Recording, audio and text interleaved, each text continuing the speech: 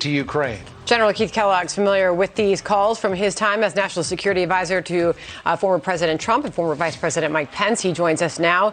General, thank you. Good of you to be here. So we're just starting to get some of the details from that call that it ended. I believe we just got notice 12:08 p.m. Eastern time, lasted about 2 hours.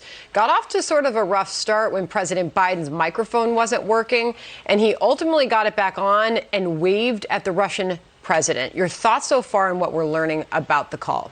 Yeah, Sandra, thanks for having me today, and I appreciate being here. Look, I saw the same picture you did, and it was interesting because I knew the president was in the Situation Room because I remember the background, seeing the background there, and Putin was by himself in some conference room, and that's typical Putin.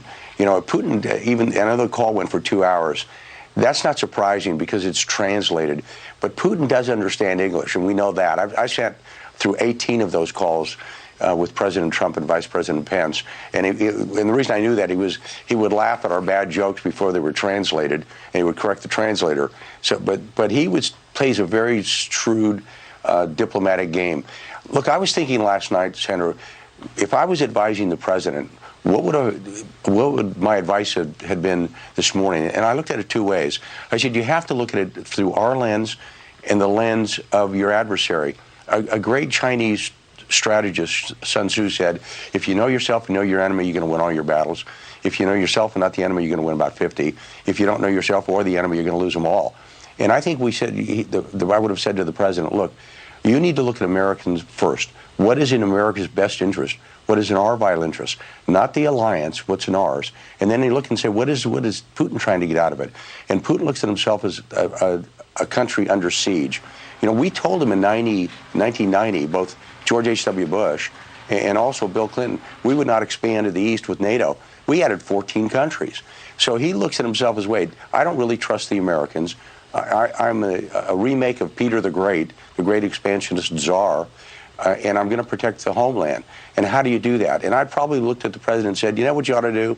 Just kind of split the difference. And looking as a national security advisor, maybe what you want to say to Putin is, look, Ukraine remains a sovereign nation, but we're not going to bring them into NATO. Mm-hmm. And you leave them alone. We won't get involved with it. It's a European issue. Now let's go on to more important things that are going to be reoccurring throughout the globe, because we have an adversary in China that we really need to pay attention to, and we do not need to be distracted from a European event, and we are being distracted right now. Yeah. We're more focused on Russia and Ukraine than we are on China and Taiwan.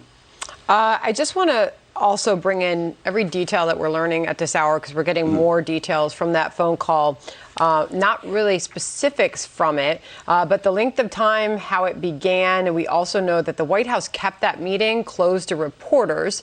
Again, It was all virtual and over Zoom. But the Kremlin, as we can already see, was quick to release photos and video between the two leaders. Now, the White House has not yet provided a full readout of that call, but what we are expecting is that Jake Sullivan, Biden's national security advisor, is going to discuss that call with reporters at the afternoon press briefing. We should get that during these hours here this afternoon, and we'll certainly bring that to our viewers. We're also learning this at this time, and that is that President Biden's going to convene a call with the president of France, the chancellor of Germany, Angela Merkel, of course, Prime Minister Draghi of Italy, and Prime Minister Johnson of the United Kingdom following this call with Putin.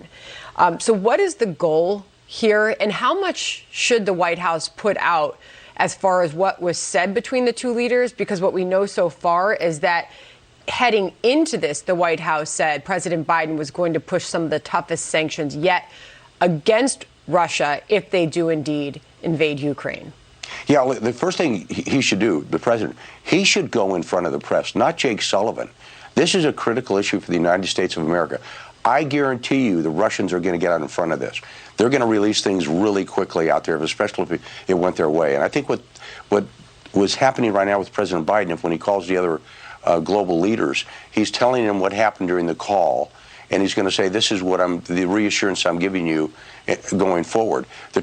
My biggest concern, though, Sandra, is this may sound good, but Putin will take a measure of this guy, and he's not too sure that he's playing with a guy who comes from a lot of strength.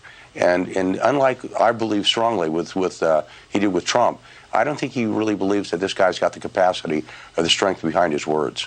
Great to have you here so quickly after that call ended just less than an hour ago at this point. We had you on yesterday telling us just how critical this call would be as far as what happens next with that border. Appreciate you joining us, General. Thank you. Thanks, Sandra. All right.